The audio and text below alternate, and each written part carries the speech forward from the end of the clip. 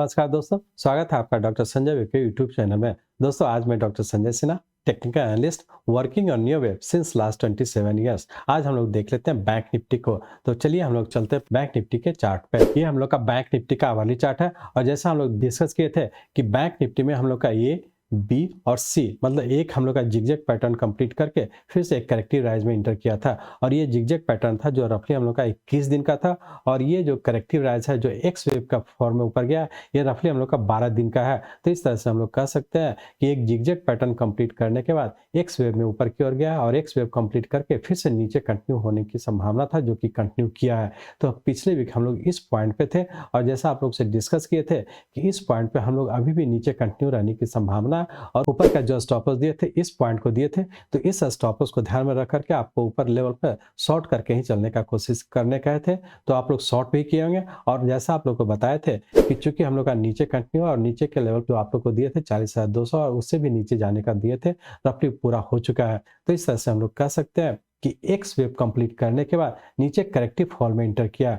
और यहाँ पे हम लोग देख पा रहे हैं कि आवरली चार्ट में हम लोग का जो नीचे की ओर आया ये ए वेव बना, ये हमारा बी और ये सी वेव कंप्लीट करके फिर से एक छोटे टाइम फ्रेम में ऊपर पैटर्न कंप्लीट करके फिर से ऊपर करेक्टिव राइज में इंटर किए हुए हैं। तो हम लोग कह सकते हैं कि यहाँ से एक्स वेव कंप्लीट करने के बाद एक करेक्टिव पैटर्न जो कि 3 वेव में आया है एक करेक्टिव पैटर्न कंप्लीट करके फिर से करेक्टिव राइज में इंटर कर चुका है। तो अब हम लोग ये देखने का कोशिश करेंगे कि इस आवरली चार्ट में ये जो सबऑर्डिनेट वेव 3 में आया वो सही मायने में 3 वेव में है या फिर 5 वेव में है। तो इसके लिए अब हम लोग इस आवरली चार्ट को कन्वर्ट करते हैं 50 मिनट चार्ट्स में और ये देखने का कोशिश करते हैं कि ये 5 में है या 3 में है। तब हम लोग चलते हैं 50 मिनट चार्ट पे। ये बैंक निफ्टी का हम लोग का 50 मिनट चार्ट है और जैसा आप लोग डिस्कस किए थे कि आवरली चार्ट में हम लोग का ये एक्स वेव यहाँ कंप्लीट किया था तो नीचे के लिए अब हम लोग का यही 0 पॉइंट हो जाएगा। तो इस 0 पॉइंट से एनालाइज करते हैं तो यहाँ पे देख पा रहे हैं कि यहाँ से जो नीचे आया 1 2 3 4 और 5 वेव में आया है और 5 वेव कंप्लीट करके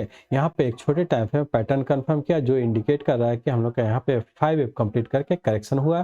तो इस तरह से हम लोग कह सकते हैं कि ये वेव 5 वेव में और यहाँ से बी वेव जो कि 61.8% से नीचे है और फिर से नीचे सी वेव में कंटिन्यू कर चुका है। सी वेव में भी हम लोग देख पा रहे हैं कि यहाँ से 1 2 3 4 और 5 वेव मतलब सी वेव भी हम लोग का 5 वेव में आया है। तो इस तरीके से हम लोग कह सकते हैं कि यहाँ पर भी एक जो यहाँ से जो फॉल हुआ जो रफली 5 डेज का है एक जिगजैग पैटर्न में नीचे की ओर कंटिन्यू किया था और यहाँ पे पूरा करके फिर से इस जिगजैग पैटर्न के करेक्टिव राइज में इंटर कर चुका है। तो इस तरह से हम लोग कह सकते हैं 15 मिनट चार्ट्स में एक 5 वेव बना जो एक बड़े टाइम फ्रेम का ये वेव हुआ, ये बी वेव हुआ और ये सी वेव 5 3 5 मतलब एक जिगजैग पैटर्न में नीचे ए बी सी के फॉर्म में कंप्लीट किया जो एक बड़े टाइम फ्रेम का 3 वेव कंप्लीट किया। तो इस तरह से हम लोग कह सकते हैं कि जो ए बी और सी वेव बना ये बड़े टाइम फ्रेम का हमारा ये ए वेव बना जो 3 वेव में है और रफली इसको बनने में 5 डेज लगा है। तो हम लोग ये कह सकते हैं कि नेक्स्ट जो करेक्टिव राइज में आ चुके हैं यहाँ पे पैटर्न कंफर्म कर चुका है और अभी भी ऊपर कंटिन्यू है। तो हम लोग ये कह सकते हैं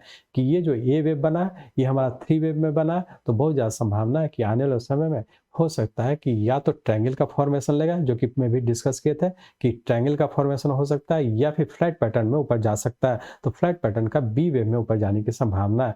तो अब हम लोग देखें कि इस 15 मिनट्स चार्ट को पुनः हम लोग आवरली चार्ट में कन्वर्ट करते हैं और ये देखने का कोशिश करते हैं कि नेक्स्ट वीक में क्या होने की संभावना है। लेकिन उसके लिए हम लोग एक चीज और ध्यान रखें कि मंडे के लिए हम लोग का क्या होने की संभावना है। तो मंडे के लिए रेंज बाउंड के तहत 39,700 मतलब नीचे यहाँ तक आने की संभावना है और ऊपर 40,200 इसी रेंज बाउंड में रहने की संभावना है। छोटा छोटा ट्रेड करें। मंडे के लिए यदि ट्रेड करते हैं तो नीचे का ये स्टॉप लॉस रखेंगे और ऊपर यदि शॉर्ट करते हैं तो ऊपर का ये स्टॉप लॉस रखेंगे। चूंकि हम लोग का ये करेक्टिव राइज में इंटर किया तो बेहतर है शॉर्ट पोजीशन अभी बनाने का कोशिश नहीं करेंगे। छोटा छोटा ट्रेड करें। लॉन्ग पोजीशन बनाते हैं तो ऊपर के लेवल पर प्रॉफिट बुक करें। शॉर्ट करते हैं तो इसके स्टॉप लॉस को फॉलो करते हुए ट्रेड करेंगे। तो मंडे के लिए हम लोग का रेंज बाउंड के तहत 39,700 और ऊपर 40,200 इसी रेंज बाउंड में रहता है। छोटा छोटा ट्रेड करने का कोशिश करेंगे। लेकिन वीकली पॉइंट ऑफ व्यू से देखते हैं तो अब हम लोग चलते हैं 50 मिनट्स चार्ट को चेंज करते हैं आवरली चार्ट में ये देखने के लिए कि आने वाले वीक में क्या होने की संभावना और क्या लेवल रहने की संभावना है। पुनः हम लोग 50 मिनट चार्ट से आवरली चार्ट में आ चुके हैं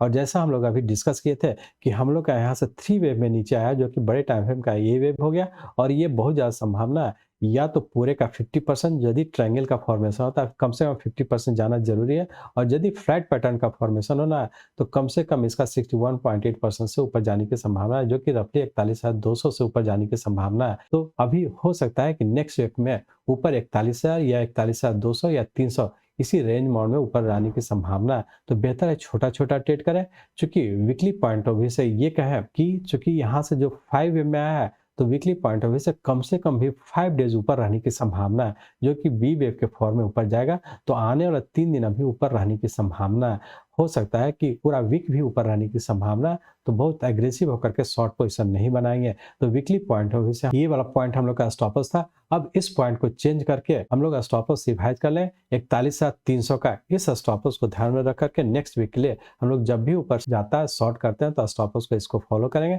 और छोटा-छोटा ही ट्रेड करने का कोशिश करेंगे। ऑलवेज ध्यान रखेंगे कि यदि आपका ये स्टॉप लॉस है तो रिस्क रिवार्ड रेशियो को ध्यान में रख कर के ट्रेड करेंगे, क्योंकि करेक्टिव राइज पूरा करके फिर से नीचे कंटिन्यू होने की संभावना है। तो बेहतर है रिस्क रिवार्ड को फॉलो करते हुए ट्रेड करेंगे और ध्यान रखेंगे चूंकि नेक्स्ट वीक एक छोटे से रेंज माउंट में रहने की संभावना है, तो बेहतर है छोटा-छोटा ही ट्रेड करेंगे। एक चीज और ध्यान रखेंगे, वॉल्यूम को भी एनालाइज कर लेते हैं। जैसा कि एडवांस कोर्स में आप लोग से डिस्कस किए थे कि वॉल्यूम और टाइम चूंकि हम लोग का ये 5 डेज में, जैसा आप लोग को पता है कि फर्स्ट यदि हम लोग का करेक्टिव फॉल होता है या इम्पल्सिव फॉर्म होता है तो 5 डेज में पूरा करता है, जो यहाँ पे रफली 5 डेज पूरा हो चुका है और 2 दिन से हम लोग का ऊपर करेक्टिव राइज में है। और आने वाले समय में चूंकि वीकली पॉइंट ऑफ व्यू से देखें तो हो सकता है 5 दिन ऊपर रहने की संभावना है, जिसमें से कि हम लोग का 2 दिन बीत चुका है। हो सकता है आने वाला 3 दिन हम लोग का करेक्टिव राइज में ऊपर ही रहने की संभावना है और उस करेक्टिव राइज में हो सकता है 40,800 या 41,000 तक भी जाने की संभावना है। तो बेहतर है छोटा-छोटा ट्रेड करें, स्टॉप लॉस को फॉलो करें। इसमें ध्यान रखें कि नेक्स्ट वीक में दोनों ही ट्रेड कर सकते हैं, लेकिन स्टॉप लॉस और रिस्क रिवार्ड को फॉलो करते हुए ट्रेड करेंगे। एक चीज और ध्यान रखेंगे कि वॉल्यूम को यदि एनालाइज करते हैं तो देख पा रहे हैं कि यहाँ से एक्स वेव बनने का जब नीचे की ओर आया है तो यहाँ पे वॉल्यूम बहुत तेजी से इंक्रीज नहीं हुआ है, बढ़ा है लेकिन बहुत स्लो बढ़ा है, मतलब वॉल्यूम भी बहुत ज्यादा सिग्निफिकेंट वॉल्यूम इंक्रीज नहीं हुआ है। तो चूंकि करेक्टिव फॉल है इसलिए वॉल्यूम भी इंक्रीज नहीं किया है और चूंकि फ्लैट फॉर्मेशन होना है तो जो राइज भी होगा उसमें भी वॉल्यूम बहुत तेजी से नहीं बढ़ पाएगा। तो देख पा रहे हैं कि जो 2 दिन से हम लोग का करेक्टिव राइज था उसमें भी वॉल्यूम हम लोग का बहुत तेजी से नहीं बढ़ा है, लेकिन इसके रिस्पेक्ट में थोड़ा सा ज्यादा हुआ है। तो बेहतर है कि हम लोग छोटा-छोटा ही ट्रेड करें और ध्यान रखेंगे क्योंकि वॉल्यूम भी सपोर्ट नहीं कर रहा है और जो राइज हो रहा है वो भी करेक्टिव राइज होगा। तो बेहतर है छोटा-छोटा ही ट्रेड करें और दोनों तरह का ट्रेड करें और रेंज बाउंड में है तो छोटा-छोटा प्रॉफिट बुक करके एग्जिट होंगे और जब भी करेक्टिव राइज पूरा करके जब नीचे स्टार्ट होगा तो फिर से नया लो बनने की संभावना है और नेक्स्ट जो नया लो बनेगा उसमें हो सकता है कि 39,200 से भी नीचे आने की संभावना है। तो वीकली पॉइंट ऑफ व्यू से कहें कि रेंज बाउंड के तहत नीचे 39,600 700 और ऊपर का 41,000 या फिर 41,200 तक भी जाने की संभावना है। तो बेहतर है रिस्क रिवार्ड को फॉलो करते हुए ट्रेड करने का कोशिश करेंगे। मैं चाहता हूं मेरे जीवन का लक्ष्य है इस मार्केट में कोई भी लूजर ना हो। इसको आप सीखें, लोगों को सिखाएं, लोगों को मदद करिए। हमारे साथ जुड़े रहने के लिए, आज के वीडियो को ध्यानपूर्वक अटेंड करने के लिए, इसे दूसरों तक पहुंचाने के लिए आप सबका बहुत बहुत धन्यवाद। जय हिंद।